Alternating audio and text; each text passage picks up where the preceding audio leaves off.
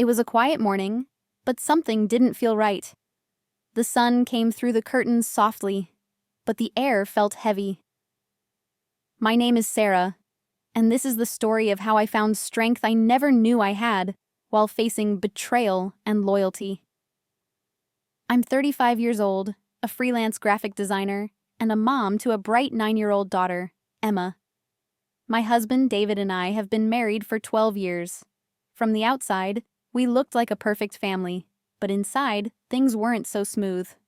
We lived in a small suburban house where everyone knew everyone's business. And in our case, there was a lot to talk about. David was very close to his mom, Margaret. I respected his love for family, but Margaret's constant interference in our lives was exhausting. She had strong opinions and always believed she was right. Over the years, her meddling tested my patience, but I put up with it for David and Emma.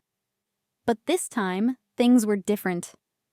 One day, David casually announced that he was giving Margaret a spare key to our house. "It'll make it easier for her to visit," he said during breakfast. My stomach sank. "David, we've talked about this," I said, trying to stay calm. "I'm not okay with her having full access to our house. She's already here so much."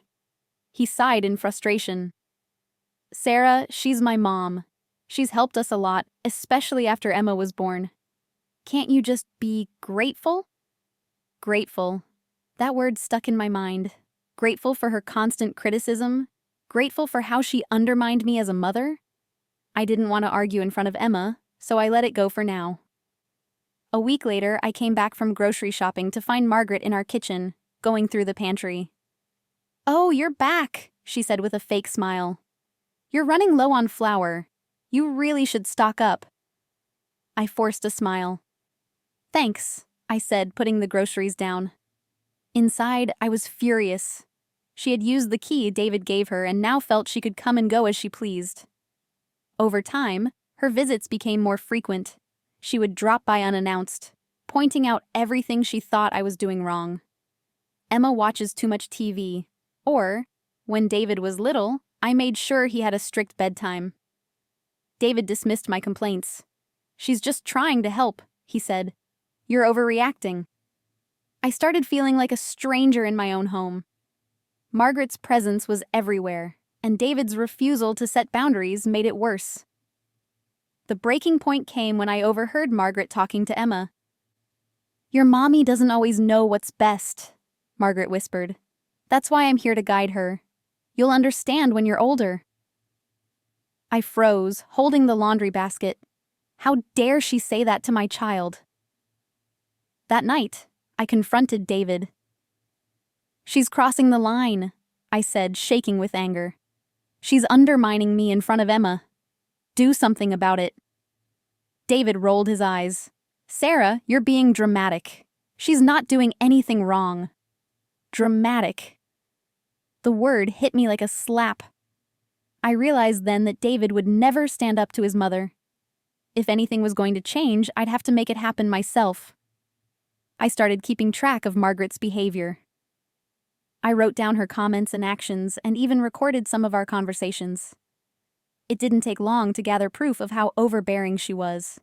Then one day, Margaret showed up with a suitcase. "I've decided to stay for a while," she announced with a smile. David said it's fine. I couldn't believe it. "You can't just move in," I said. "Why not?" she replied. "I'm family." That night, I confronted David. "She's moving in now? When were you going to tell me?" David avoided my eyes. "It's temporary," he mumbled. "She'll help out around the house." I felt betrayed. I couldn't let this continue. The next morning, I handed David a folder filled with my notes and recordings. "What's this?" he asked. "Proof," I said. "Proof of how your mother has been disrespecting me and disrupting our lives. Read it. Listen to the recordings." David looked shocked as he went through the folder. "I didn't realize it was this bad," he admitted. "Now you do," I said. "So what are you going to do about it?" He promised to talk to Margaret, but the conversation didn't go well. Margaret got angry. "How dare you accuse me?" she yelled. "I've done nothing but help. After that, things got worse. Margaret spread rumors about me to the neighbors and even showed up at Emma's school, claiming she was there to check on her. I felt like I was losing control. Then, something unexpected happened. Emma stood up for me. "Grandma, you shouldn't talk about Mommy like that," she said. "She's a good mom." Margaret looked surprised. "I was just trying to help," she said. "If you want to help," Emma replied, "maybe you should listen to Mommy instead of telling her what to do." Emma's words gave me the strength to finally stand up to Margaret. The next time she showed up unannounced, I met her at the door. "Margaret," I said firmly, "you're not coming in. This is my home, and you need to respect my boundaries." Margaret tried to argue, but I stood my ground. Finally, she left. That evening, David and I had a long talk. I told him how much his loyalty to Margaret had hurt me. To my surprise, he apologized. "You and Emma come first," he said. "I'll make sure my mom understands that." Over time, things got better. Margaret's visits became less frequent, and David started putting our family first. I felt more at peace in my own home. Looking back, I'm proud of how I stood up for myself and my family. It wasn't easy, but it was worth it. This is my home, and I'll always protect it. Months later, things settled into a much healthier rhythm. Margaret still visited occasionally, but her behavior was different. She no longer barged in unannounced or criticized every little thing. I think she finally realized that her actions had nearly torn our family apart. David, too, seemed more thoughtful about our relationship, often stepping in to support me when needed. Emma thrived in this newfound peace. She took up painting and often spent hours creating colorful masterpieces. One day, as she proudly showed me her latest painting, she said, "Mommy, I like it when it's just us and we're happy." Her words warmed my heart and reassured me that I had made the right choices for our family. But life has a way of testing you when you least expect it. One afternoon, the phone rang. It was Margaret. Her voice sounded shaky.